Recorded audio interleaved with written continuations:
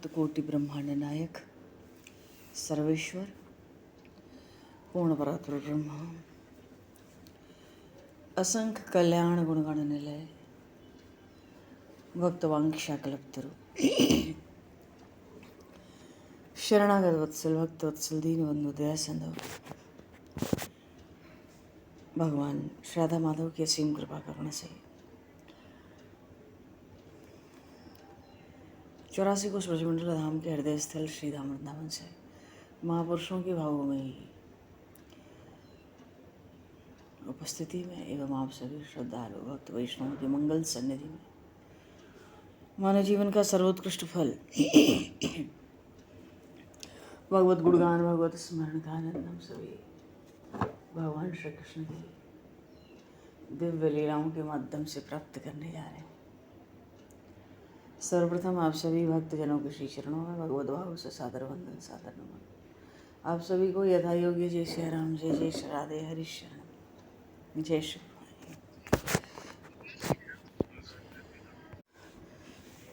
वंशी विभूषितकरान्नवनीरदाभात् पीताम्बराधरुणबिम्बफलाधरोष्ठात् पूर्णेन्दुसुन्दरमुखाधरविन्दनेत्रावत् कृष्णात् परं किमपि तत्त्वमहं न जाने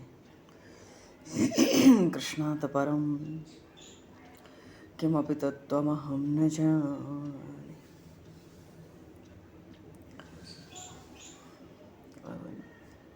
पूर्व प्रसंग में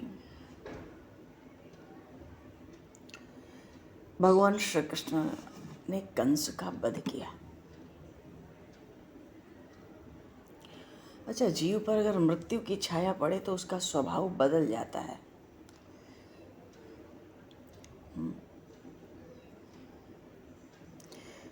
प्रभु ने तो मथुरा में आके उस रंगशाला में विशेष रूप से ये बताया कि भाई हम तो गांव में रहते हैं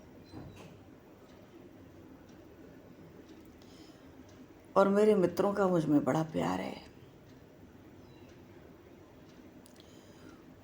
और यदि किसी भी मेरे प्रेमी को, भक्त को, सखा को कोई सताएगा तो मैं उसे मारूंगा। तभी तो भगवान श्री कृष्ण बलराम ने अपने बाल सखाओं के साथ मथुरा में विहार किया, उनके साथ भ्रमण किए। भागवत में सुखदेव जी महाराज ने भी कहा, मल्लानाम अश्निर्णाम नरवरः स्त्रीणाम स्मरो मूर्तिमान गोपानाम स्वजनो सताम क्षितिभुजाम शास्ता स्वपुत्रो शिशु मृत्युर्भोजपतेर विराट विदुषाम तत्त्वं परम योगिनाम विष्णुनाम परदेवतीति विदितो रंग गतः साग्रह। जिसकी जैसी भावना थी। अब तो कंस मर गया, अब तो न कोई भय है न आतंक है। अब अपनी अपनी भावना के अनुसार भगवान सबसे भी मिलेंगे।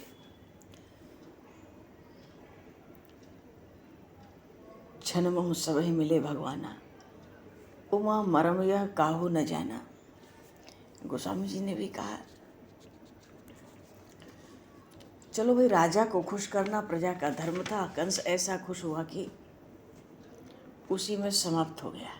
लेकिन नंद बाबा की स्थिति बड़ी विचित्र थी।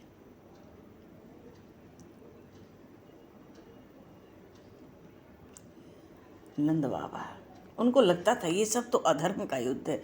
उनके लिए उनका कन्हैया तो बिल्कुल नन्हा सा है। पहले ही कह के आए थे, तू बड़ा उद्यमी है, उत्पाती है, तू मत जा। पर नहीं माने प्रभु। पर नंद बाबा को तो दिखता था कि ये तो सब अधर्म युद्ध हो रहा है। एक और बड़े पहलवान होते हैं, दूसरे और मेरे छोटे छोटे बालक हैं। कंस क्रोध में रहता है तो धर्म को मानता भी नहीं है। नंद बाबा बहुत घबराए थे। अब वैसे अखाड़े के मालिक कौन होते हैं? श्री हनुमान जी महाराज होते हैं। बोले श्री हनुमान जी महाराज की जय।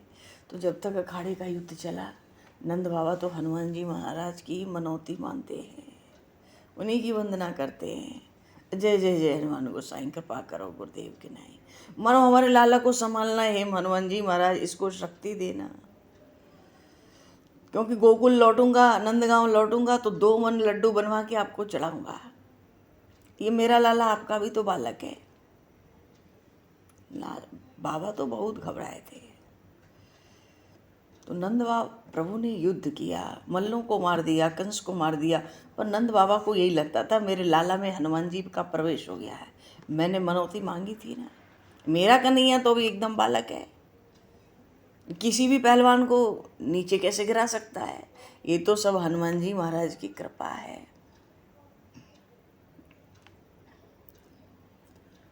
और भगवान तो सर्वकाल सावधान रहने वाले हैं।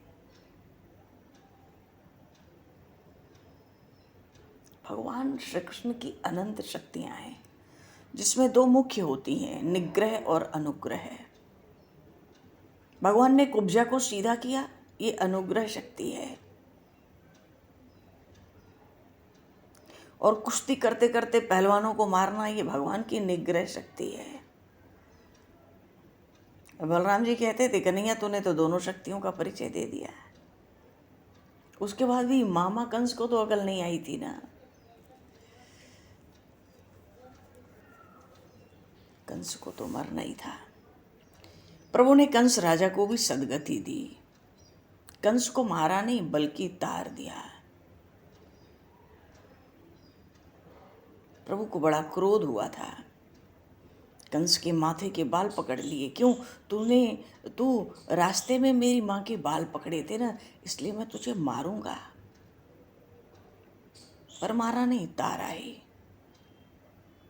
क्योंकि परमात्मा के साथ जिसका भी संबंध है, जिस भी भावना से हो, जीवन और मरण उसका दोनों मंगलमय हो जाता है। बिना संबंध के ना तो स्नेह होता है और ना कोई भाव पैदा होता है। जो होता है संबंध से ही होता है। भगवान को पिता माने तो हम बालक हैं, भगवान को स्वामी माने तो हम सेवक हैं। भगवान ने कंस को मुक्ति दे दी।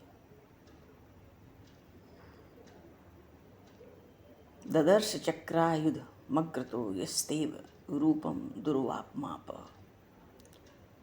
भगवान श्री कृष्ण ने क्रोध करके कंस को मारा तो नहीं, घसीटा क्रोध से।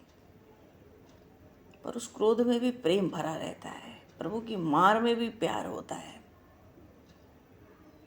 वस्तुतः भगवान ने कंस के त्रास से अपनी जन्मभूमि मथुरा का उद्धार किया। और जब मर जाएगा तो सब कन्हैया लाल की जय तो बोलेंगे ही। और मथुरा की प्रजा भगवान वासुदेव की जय, भगवान वासुदेव की जय। सब प्रसन्न हो गए। मानो चाहते अब तो सुंदर हाथी सजाओ, उस पर श्री कृष्ण बलराम को बिठाओ, यदुवंशियों का जुलूस निकलने दो।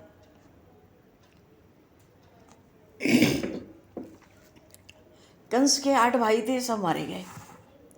कंस की 2 पत्नी हैं, अस्थि और प्राप्ति। ये जरासंध की दोनों कन्याएं हैं, मगधराज जरासंध।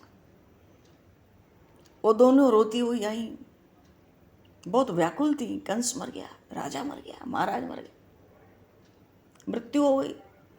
भगवान ने सोचा चलो इन्हीं को प्रणाम कर लो। कंस को प्रणाम करने का तो अवसर नहीं था, किया ही नहीं प्रभु ने। कंस का एक बार भी भगवान ने अभिवादन नहीं किया, क्योंकि उसके दुष्ट कर्मों से भगवान परिचित थे। और प्रभु को लगता था अगर इसकी ओर दृष्टि उठाऊंगा तो ये पहले ही मर जाएगा, इसको मारूंगा पहले ही, इसको देखो ही मत, उपेक्षा करो। कंस तो भगवान का मामा था। भगवान ने उसका कोई अभिनंदन, अभिवादन, स्वागत, प्रणाम, नमस्कार कुछ नहीं किया, उसको कभी भी नहीं किया। तो कंस को मारने के बाद भगवान श्री कृष्ण ने जिस घाट पर विश्राम किया उसको विश्राम घाट कहते हैं।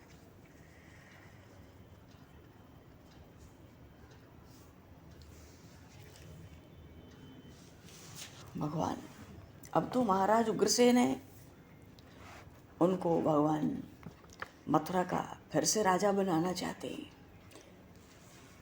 यादवेंद्र हैं ये महाराज उग्रसेन। पूरी रंगशाला कंस के मरने के बाद कुछ क्षण के लिए तो नीरस, स्तब्ध। पर जो राजकुल की महिलाएं थी, स्त्रियां हैं, उन्हीं का क्रंदन हो रहा है। क्रंदन की ध्वनि उठी, कंस के माता की क्रंदन की ध्वनि हुई। कंस की पत्नियां हैं, उनके भाइयों की पत्नियां हैं, उच्च स्वर से रोदन कर रही हैं, राजवंश से नीचे उतरने लगी। अब क्या कहते हैं प्रभु? प्रभु ने तो जाके अस्थि और प्राप्ति से कहा, मामी जी, मैं तो मामा जी का पैर छू के प्रणाम करने गया था, न जाने उनको क्या भय हो गया, वो वहीं से कूद पड़े मंच से अखाड़े में और उनकी मृत्यु हो गई।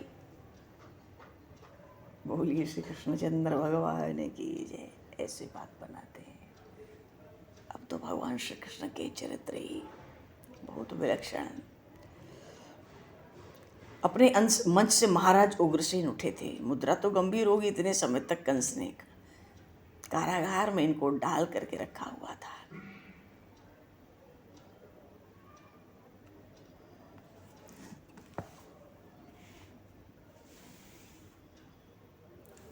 कंस का राज्य को सेना। महाराज उग्रसेन कहते हैं, भगवान श्री कृष्ण अब तुम ग्रहण करो, कंस का वाहन, दास दासी सब स्वीकार करो, प्रजामंत्री ब्राह्मण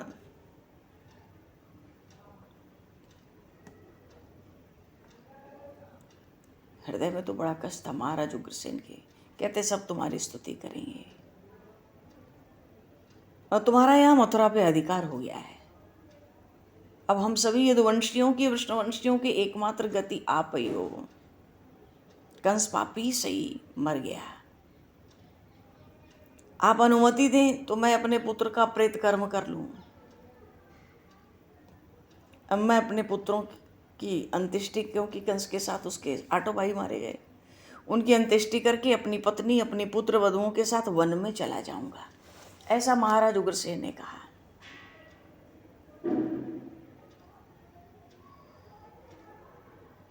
भगवान श्री कृष्ण गंभीर स्वर में बोल रहे हैं, भाई दादा बात जो कर रहे हैं वो तो ठीक है,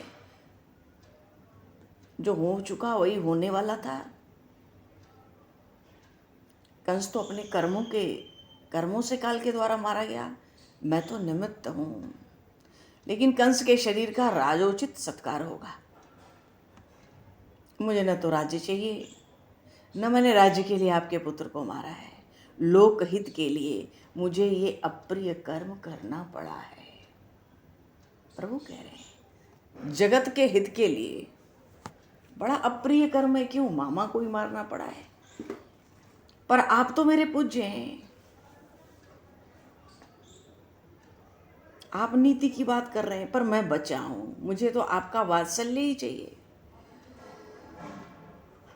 और वैसे भी सबने बहुत आग्रह किया कि श्री कृष्ण को मथुरा का राजा बनाया जाए, पर प्रभु ने बताया कि आप तो जानते हैं महाराज ययाति के शाप से यदुकुल में जो अग्रज होते हैं,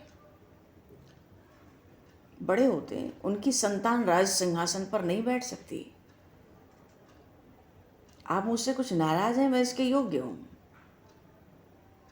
और आपने अगर अपना स्नेह मुझे नहीं दिया तो मैं आज ही मथुरा भी त्याग दूंगा,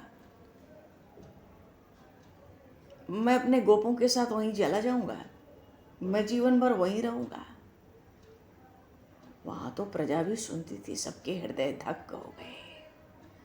महाराज उग्रसेन ने बड़े आश्चर्य से प्रभु के मुख की ओर देखा।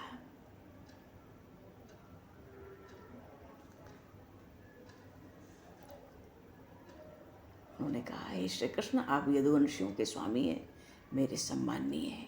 भगवान कहते हैं, पर आप राजा हैं, आप राज सिंहासन को स्वीकार कर लें। हे महाराज, आपकी जय हो। किसी तरह प्रभु ने महाराज उग्रसेन को फिर से मथुरा के राज सिंहासन पर, क्योंकि राज सिंहासन को सोना नहीं रहना चाहिए, अगर आप इसको जल्दी ही स्वीकार कर लें तो आपकी आज्ञा के अनुसार आगे के सब कार्य संपन्न हो। महाराज उग्रसेन बोले, मेरी बात कौन मानेगा? कंस के समय ही कोई नहीं सुनता था, कंस इतना दुष्ट था। भगवान ने कहा, आज्ञा पालन की क्या बात है, ये कृष्ण आपकी आज्ञा का पालन करेगा, देखता हूं आपकी आज्ञा का पालन कौन नहीं करेगा। देवता भी सब आपकी आज्ञा का पालन करेंगे, मनुष्यों की और राजाओं की क्या बात है। महाराज उग्रसेन लज्जित हुए, बहुत संकोच हुआ। उनको डर भी था कहीं मेरे सिर पर राज्य का भार डाल के ये स्वयं न कहीं चले जाएं। बड़ी भारी मनोव्यथा चल रही है,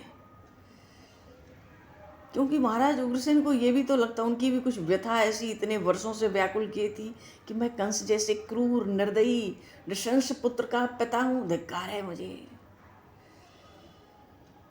आज गया सुख गया सब मान गया, अपने पुत्र ने ही उनको बंदी गृह में डाल दिया।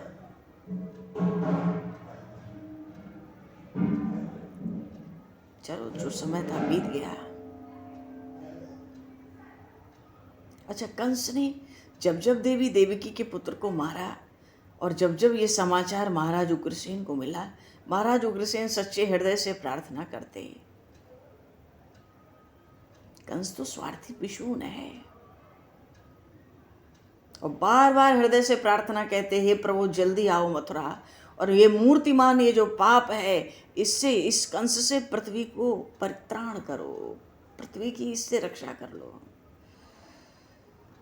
क्योंकि पुत्र के कर्मों में पिता का भी भाग होता है, ये सोच के महाराज उग्रसेन को व्यथा होती थी। भोजवंश का कलंक था, तो यदुवंश की रक्षा इससे कैसे होगी, ये चिंता तो हमेशा ही महाराज उग्रसेन को थी।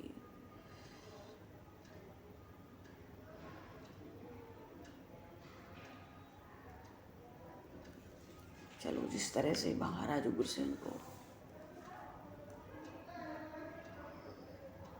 सबको पता था, साक्षात नारायण ने वसुदेव के यहाँ अवतार लिया। वसुदेव किसी प्रकार गोकुल पहुंचा आए। कंस के प्रधान अनुचर पूतना बक अघ सबको मार दिया उन्होंने। ये सारा समाचार बंदी गृह में ही तो, कारागार में ही तो मिलता रहा महाराज उग्रसेन को। क्यों, हमारे आराध्य ही अवतीर्ण हुए हैं, तो वह इस अधम पे अवश्य ही कृपा करेंगे। उनके श्री चरणों के दर्शन कभी अवश्य होंगे। पर कभी कभी महाराज उग्रसेन सोचते थे, ऐसा मेरा सौभाग्य कहाँ, पर धरती तो पवित्र हो जाए, असुर तो नष्ट हो जाए। अरिष्ट मरा, केशी मरा, कंस ने अक्रूर को भेजा, मथुरा बुलवाया। प्रभु उल्लास से भरकर मथुरा आप आ गए, धन्य हो गई मधुपुरी। मैंने कारागार में सोच लिया कंस का भय मिट जाएगा, अवश्य अधर्म मिटकर रहेगा। और कल जब धनुर्भंग का धमाका सुना, महाराज उग्रसेन कहते हैं, हे कृष्ण, मैं उसी समय समझ गया मेरे पुत्र की आयु अब समाप्त है। पर मुझे बड़ी प्रसन्नता हुई, क्योंकि कंस के लिए मेरे मन में कोई मोह बचा ही नहीं था।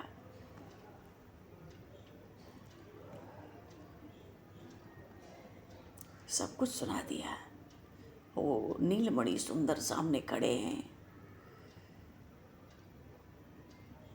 उनके परम आराध्य सम्मुख खड़े हैं, जिनके श्री चरणों के दर्शन की कामना जीवन भर हृदय में पलती रही थी उनके। पर सामने भी आए तो कैसी विकट परिस्थिति में महाराज उग्रसेन का हृदय मत उठा था।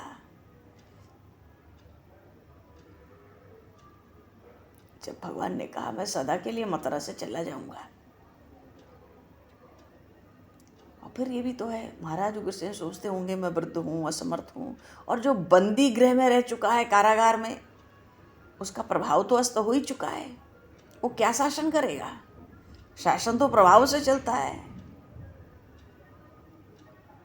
भगवान की वाणी में तेज आया, कौन कहता है आप असहाय, असमर्थ और प्रभावहीन हैं। मैं अपने अग्रज दाऊ के साथ आपके सिंहासन के बगल में भृत्य होकर खड़ा रहूंगा। बोलिए भगवान श्री कृष्ण बलराम की जय।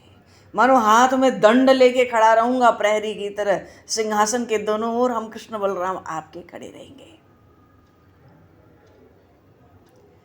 किसका साहस है आपके आदेश का अतिक्रमण करे।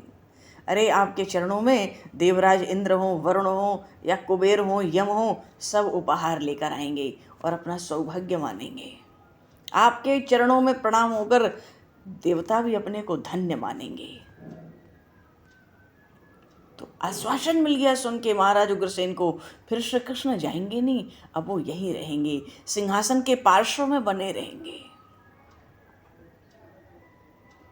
गोस्वामी जी ने विनय में एक पद लिखा, ऐसे हरि करत दास पर प्रीत।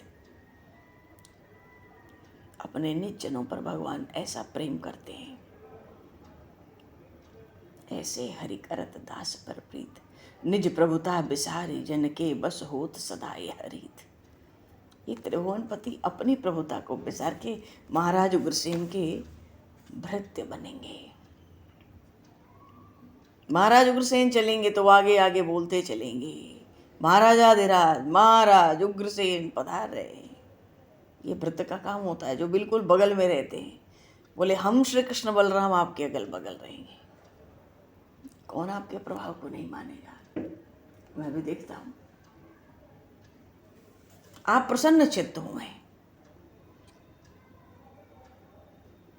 और भगवान की जो वाणी है, श्री कृष्ण के जो वचन हैं, उन वचनों का सत्य तो त्रिभुवन को स्वीकार है। महाराज उग्रसेन ने मस्तक झुका दिया।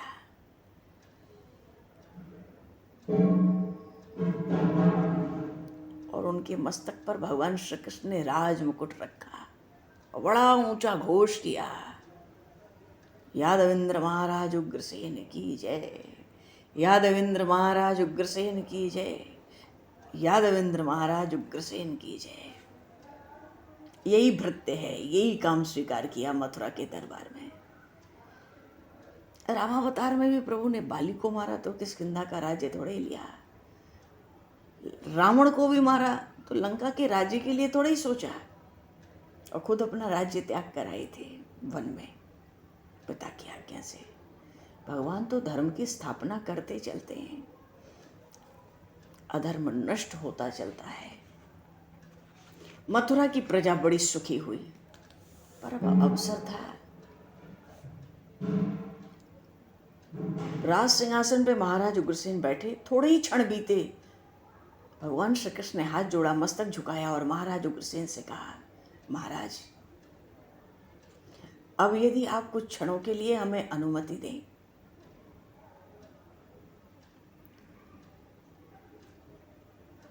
मानो जिधर महात्मा वसुदेव और देवी देवकी बैठे थे, उधर दृष्टि उठाकर प्रभु ने ये बात महाराज उग्रसेन से कही। महाराज उग्रसेन क्या कहते, संकोच में क्या बोले, वो समझ ही नहीं पाए थे पहले। अरे हाँ,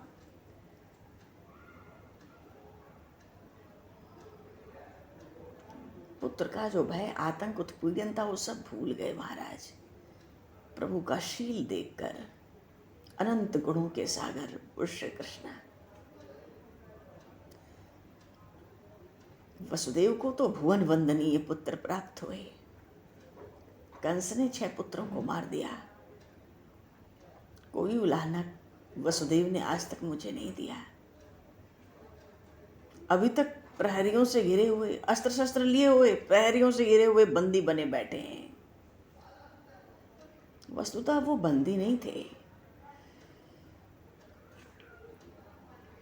महाराज उग्रसेन जैसे उठे, उनको मार्ग मिला,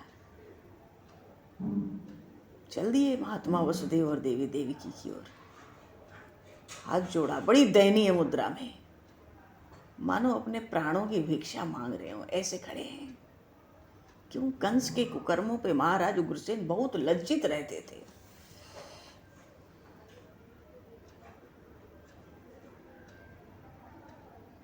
भगवान को अपने माता पिता से मिलना है।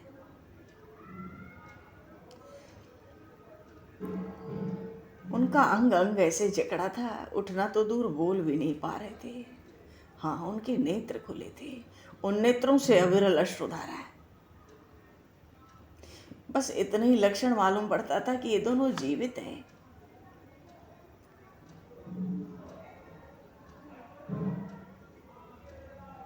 उनको लगता है हमारे पुत्र, कौन पुत्र है हमारे? हृदय में तो मंथन चल रहा था, तो क्या ये गौर श्याम हमारे पुत्र हैं? मथुरा की प्रजा तो जय घोष करती थी निरंतर, भगवान वासुदेव की जय, भगवान वासुदेव की जय, भगवान वासुदेव की जय। और जब ये घोष, जय घोष महात्मा वसुदेव ने, माता देवकी ने सुना, चौंक पड़े। जब दृष्टि गई उन श्री कृष्ण की ओर, श्री कृष्ण बलराम की ओर, भगवान साक्षात परम पुरुष परमात्मा ही तो है ये। इन्होंने कंस के सब असुर मार दिए। कारागार में पहले भी सुना था, पूतना, उत्कर्ष, तृणावर्त, वत्स, अगासुर, व्योमासुर, धेनुकासुर, अरिष्टासुर, केसी, कालिय नाग को यमुना से निकाला, गोवर्धन को 7 दिन रात उठाए रहे, इंद्र का गर्व नष्ट किया। अरे भगवान ही तो है ये। कहाँ गया वो महागज कोलिया पीड़, और कहाँ इनका इतना सुकुमार श्रीअंग।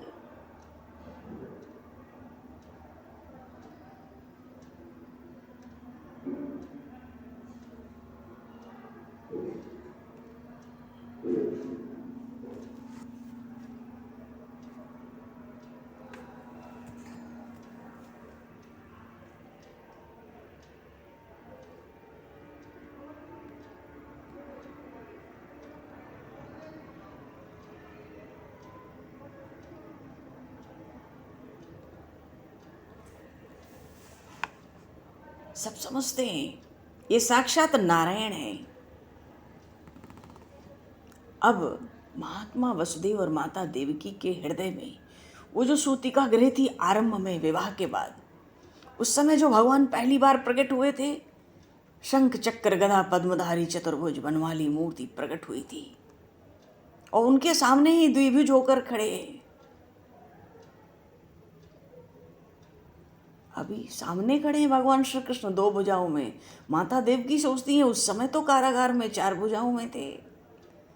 उनके देखते देखते भगवान श्री कृष्ण चतुर्भुज होने लगे। बोलिए श्रीमन नारायण भगवान की जय। प्रभु ने महात्मा वसुदेव, माता देवकी को हृदय में स्मरण हो रहा है। अरे सूतिका गृह में जब ये प्रकट हुए थे तो शंख चक्र गदा पद्म चतुर्भुज वनमाली मूर्ति, पहले तो चतुर्भुज, अब ये वनमाली मूर्ति प्रकट हो गई है। हम कैसे समझेंगे हमारा पुत्र है। उनके सामने ही 2 भुजाओं में खड़े भगवान श्री कृष्ण चतुर्भुज होने लगे थे। बोलिए श्रीमन नारायण भगवान की जय। भगवान मथुरा में चतुर्भुज हो गए। वहां के नागरिकों के कंठ से जय घोष हो रहा है, वसुदेव की जय, महाभागा देवकी की जय। प्रभु ने दाऊ जी का हाथ पकड़ा।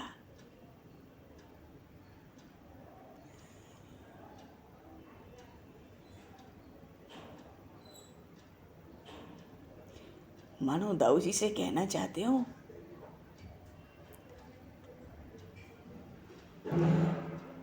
बड़ा मार्मिक पल हुआ। भावनाएं अपनी चरम सीमा पर थी।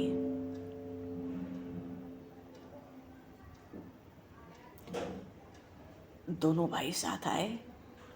माँ पिताजी के लिपट गए, चरणों में जाकर लिपट गए मस्तक रखकर।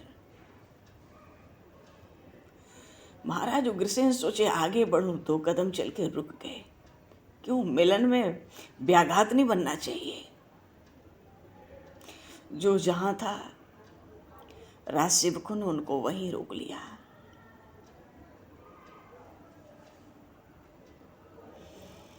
भगवान अपने माता पिता से ऐसे मिले। वसुदेव देव की स्तब्ध रह गए।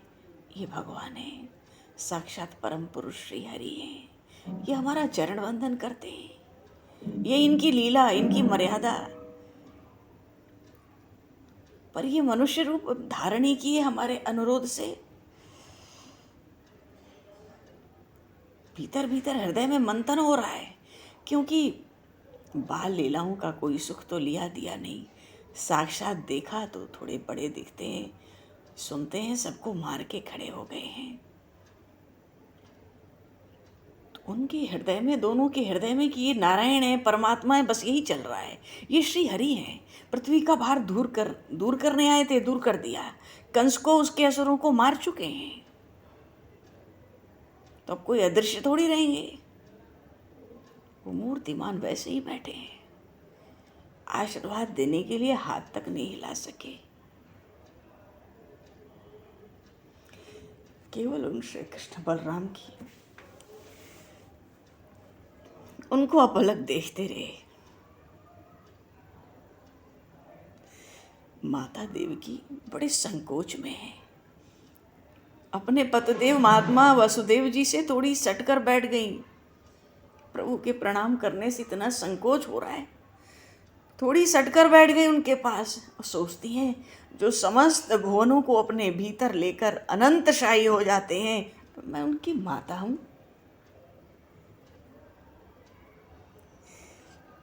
इतने में प्रभु ने देखा कि ये तो नारायण रूप से ही वही एक झांकी लिए बैठे हैं, इनको वात्सल्य सुख कैसे मिलेगा। प्रभु ने चरणों से सिर उठाया, वो कहते हैं पिताजी आप हमें क्षमा कर दो। प्रभु ने हाथ जोड़े, उनके कमल लोचन भरे आए, नेत्रों से अश्रु का प्रवाह चला।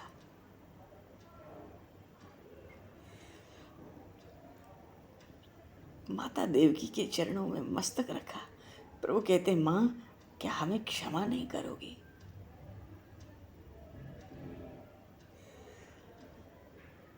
कोई कुछ कह सुन नहीं पा रहा है, सब अपलक है, सबके नेत्रों से अश्रु का प्रवाह चल रहा है। प्रभु कहते हैं कि हमारा दैव बड़ा विपरीत था ना, हम आपके समीप नहीं रह सके। हमारे बचपन का, हमारी पौगंड अवस्था, किशोर अवस्था का आनंद आपको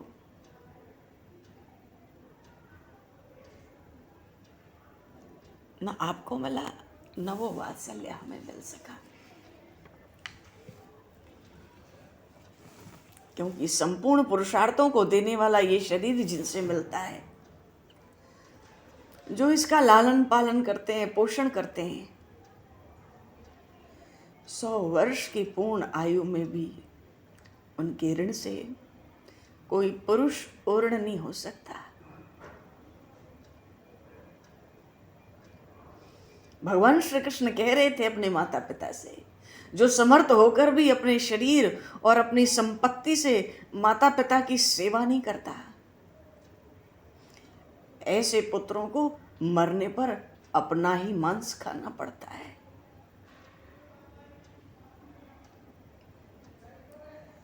भगवान श्री कृष्ण का कंठ भराया।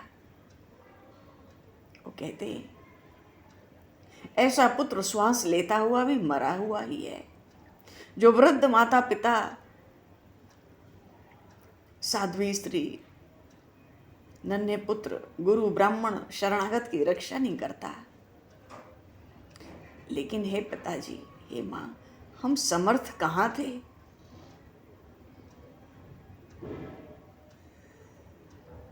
इस दुष्ट कंस के भय से उद्विग्न रहते हमारे इतने वर्ष व्यर्थ चले गए, हम आपकी कोई सेवा नहीं कर सके।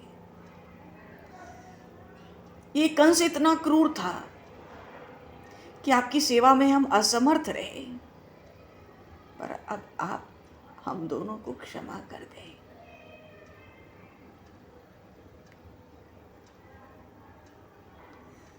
भगवान श्री कृष्ण के कमल के समान विशाल नेत्रों से अश्रु बह रहे हैं, वो रो रहे हैं।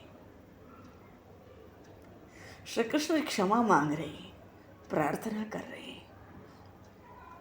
माता देवकी का हृदय और नहीं सह सका, उनका वात्सल्य उमड़ पड़ा।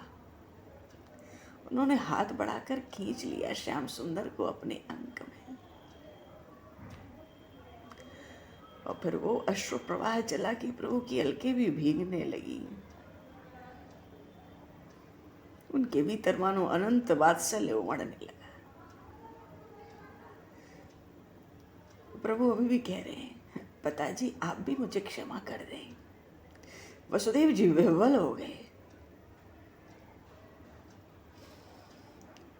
माँ से आके फिर चरणों में पिता के मस्तक रख दिया। वसुदेव जी ने उनको भुजाओं में भरकर हृदय से लगा लिया।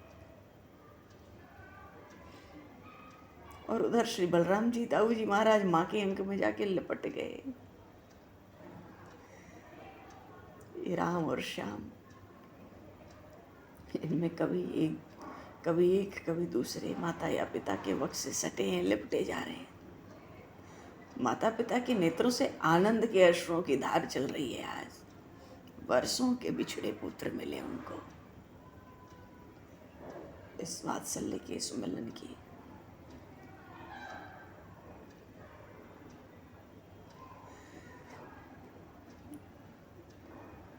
कोई क्या इस मिलन को कोई क्या वाणी में कहेगा।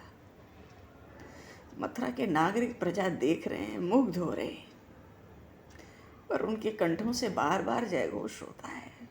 महाभाग वसुदेव जी की जय, माता देवकी की जय, भगवान वासुदेव की जय।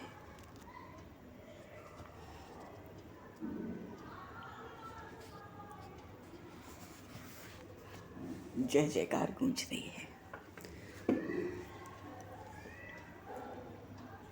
नंद बाबा वहां नहीं है, वहां गोप नहीं है।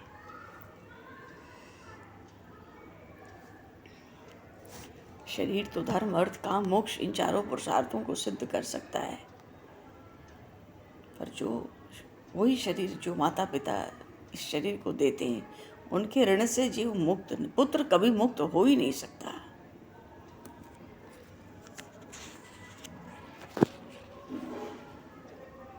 भगवान श्री कृष्ण ने माता देवकी से कहा, आज तक मेरे लिए आप दोनों ने बहुत कष्ट सहे, अब मैं आपकी सेवा करूंगा। मानो उनको आश्वासन देते हैं। उनको तो विश्वास ही नहीं होता है हमारे पुत्र सामने खड़े हैं। अभी तक तो पुत्रों को मरते ही देखा है, एक भय आतंक में, कारागार में, बेड़ियों में कसे हुए इतने वर्षों से जी रहे हैं। भगवान के माता पिता पर कितना कष्ट उठाए।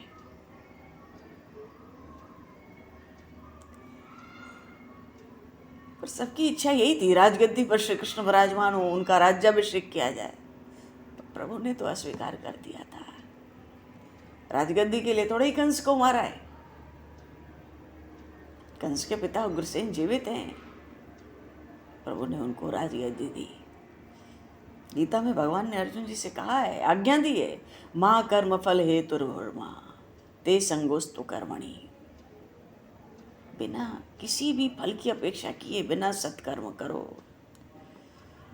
और भगवान श्री कृष्ण ने, यहाँ तक भगवान श्री राम ने संपूर्ण अवतार काल में संपूर्ण अनासक्ति दिखाई।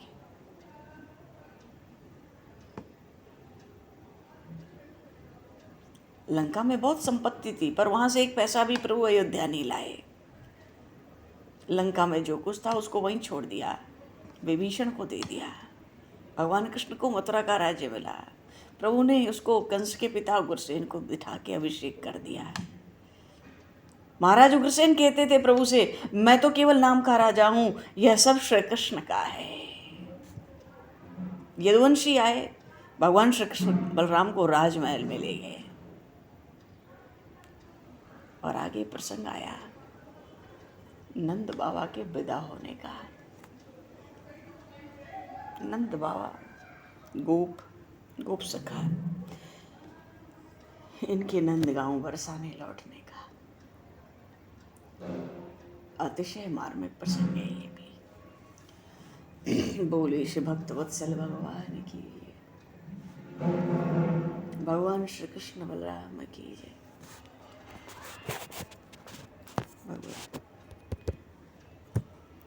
श्यावर रामचंद्र भगवान की जय, श्री गौरी शंकर भगवान की जय, सब संतन की जय, सब भक्तन की जय, सदगुरुदेव भगवान की जय। समय को दृष्टिगत करते हुए अब ये प्रसंग